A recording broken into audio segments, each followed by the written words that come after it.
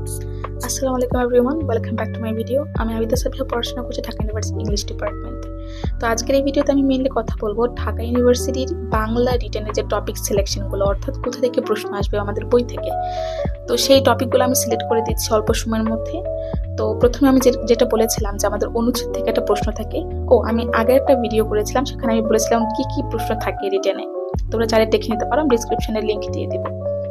তো সেটা হচ্ছে যে আমরা কি বলছিলাম, অনুচ্ছেদ থেকে প্রশ্ন থাকে। তো অনুচ্ছেদটা কোথা থেকে আসে, এখানে আমি একটা বিষয় ক্লিয়ার করে রাখি, সেটা হচ্ছে আমরা যারা শর্ট সিলেবাস পড়ছি তার একটা ভুল করছি। আমাদের ঢাবি কিন্তু শর্ট সিলেবাস মানবে না। এমসিকিউর ক্ষেত্রে হয়তো মানতে পারে, কিন্তু রিটেনের ক্ষেত্রে মানবে না। রিটেন একদম শর্ট ফুল সিলেবাস কোয়েশ্চেন করে, শর্ট সিলেবাস কোয়েশ্চেন করে না। ওরকম ভাবে ফুল সিলেবাস থেকে একদম কোয়েশ্চেন আসে রিটেনের ক্ষেত্রে।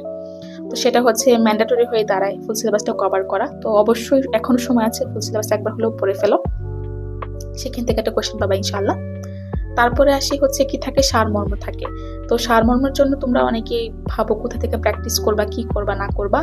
তো আমি বলবো যে তোমরা যে কোনো একটা ওয়েবসাইট ফলো করতে পারো।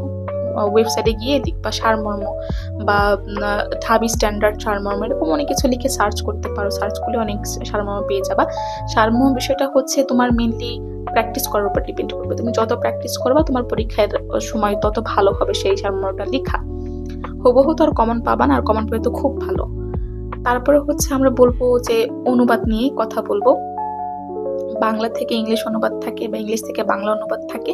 তো সেই ক্ষেত্রে যেটা মাথায় রাখতে হবে, যেটাই করো না কেন, তোমার ওয়ার্ড বাই ওয়ার্ড হচ্ছে অনুবাদ করবা না। সবসময় হচ্ছে কি করবা, মিনিংটা ঠিক রেখে, তোমার নিজের মনের সাথে মিল রেখে, একটা রিডার যখন পড়বে সে যেন বুঝতে পারে যে তুমি কি বোঝাতে চাচ্ছ, ওরকম ভাবে অনুবাদটা করবা।